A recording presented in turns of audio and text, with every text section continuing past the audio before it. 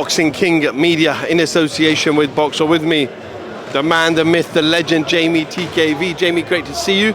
Good to see you doing some pads. How are you keeping? I'm good, keeping good. I'm feeling good. Yeah, man, all good. Third fight of the year. Keeping yourself relatively active. How would you kind of assess kind of the first three, the fights this year? It's been good so far. You know what I'm saying? So every fight has been better from the first one to the second, but this one should be better with how long I've been in camp and how long I've been training for and preparing. So I do expect a very good performance from myself. I mean, you're up against the Brazilian heavyweight champion. It's weird, it's a bit strange just saying that, because you normally hear British champion and you hear world champion, but we've got a British heavyweight champion. What have you kind of seen of him, made of him? He done some pads today. Yeah, I mean, do you know what? He's a mover, he can box, so he is experienced, he knows his way around the ring. You know, he's a puncher, 11 wins, 11 knockouts, so clearly he has power, so I need to be wary of that. But yeah, he's a good boxer, so I just got to be on my A game too, you know what I'm saying? He's on my A game. Jimmy, I just want to go back to the summer. You spent kind of a few months away from fighting, but continued the learning. Talk to me about your trip firstly to Tokyo. Who invited you out there? What were you doing out there and what did you learn? So I was in Tokyo. His name slipped my mind, but because like Japanese name, it's easy to slip your mind. But I got invited there for a camp. He was preparing for a difficult fight, so they thought let's bring in a decent heavyweight. They didn't know me, I didn't know him, so I went over there, and they didn't expect me to be as good as I was, you know. But it was a good experience being in Japan. I've never thought of going to Japan ever. You know, but it was a good experience. You know, the boxing's good over there. I mean, the culture is completely different over there as well, even in the boxing gyms and that. But it was just a good experience getting to learn other cultures and how other countries deal with their boxing, how they do boxing and stuff. It's very interesting.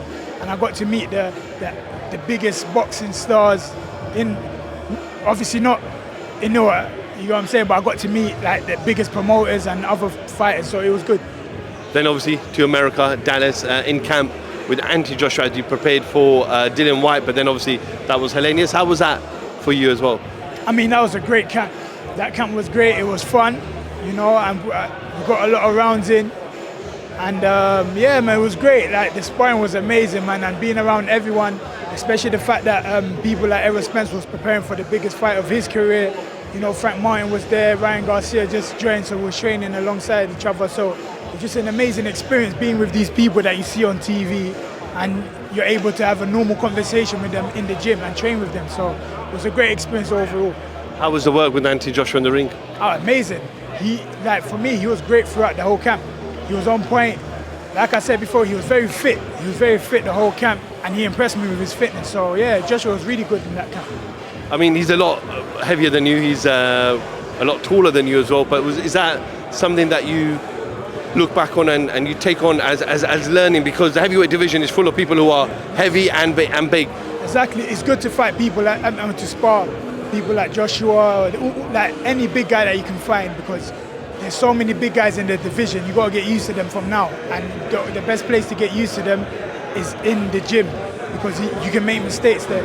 You can't make mistakes on fight night. So it's good to learn in the gym, make mistakes in the gym, but never on fight night. Obviously, you're training here in the UK, but when you go into like a world-class trainer gym like Derek James, who's got multiple world champions and unified world champions, is the setup different from UK trainers? I won't say that. I feel like every single trainer they all have their own method.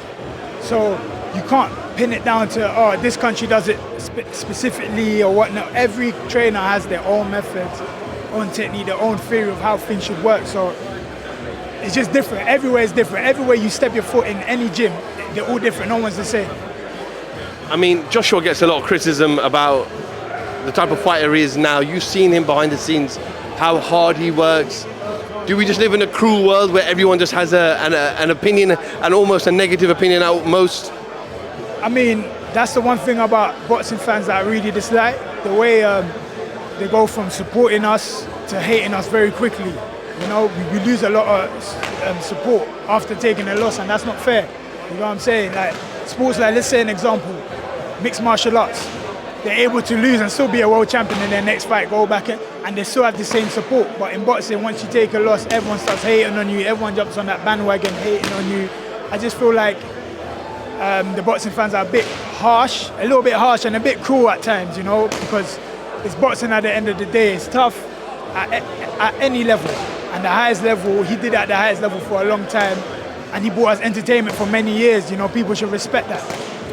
What is going on with you and Soldakers? Was he going to be your opponent for this date on Saturday, 30th September? The date, you know what?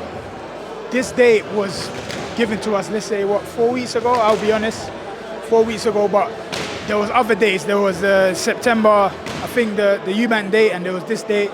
But I can fight Dakins anytime. And it don't matter, I can fight him tomorrow, it don't matter. It's just that time, he said I was ducking, but there was things on my end that didn't make sense for me to take that fight. So we said, can we get the fight at a later time? The team said, no, it is what it is. We can fight any other time. It's not that deep. So it was just him and his team talking funny online, that's all. Another one, Fraser Clark's another one that's made some comments. I think he said some stuff on TV which you didn't like and responded back to. What's happened there? I mean, listen, me and Fraser are going to get it on. And it will be a great one. But for now, I'm going to focus on the guy that I have on Saturday, because he is the problem ahead of me right now. And we'll think about Fraser another time, for sure. I mean, if you look at the heavyweight scene at the moment, Joshua, Fury, Usyk, Wilder, maximum 2 or 3 fights there for each of those fighters. The heavyweight division becomes open, then you got the likes of yourself, Daniel, Fraser, Moses Atuma coming up. Do you feel like you are the next crop to fill that void for big heavyweight fights, and for someone like this fight with Fraser can happen down the line when it's a lot bigger? Yeah, of course. I feel like even the names that you just mentioned, we are all capable of making fill out the heavyweight division when everyone leaves or when there's space for us, you know. And everyone that you did mention are very capable of doing that. So I believe I'll be able to be within that mix. Final one, Zhang, devastating knockout of Joe Joyce. Look, correct me if I'm wrong, you're the fighter. Does that punch put a lot of heavyweights to sleep? Could do, you know, some won't, some might even get up, it depends, you know. Everyone has different punch resistance, you know, so you just never know until you actually get hit with that punch, you know. People could be asleep, people could be put in comas, everyone has a different punch resistance. So it's just that it happened so that Joyce couldn't get up on time. Well, I think he did get up, but like it did devastate him at that point. Jeamie, appreciate your time. Wish you all the best on Saturday. I'm sure we'll catch up with you after the fight. Thank you very much, we will. Thank you.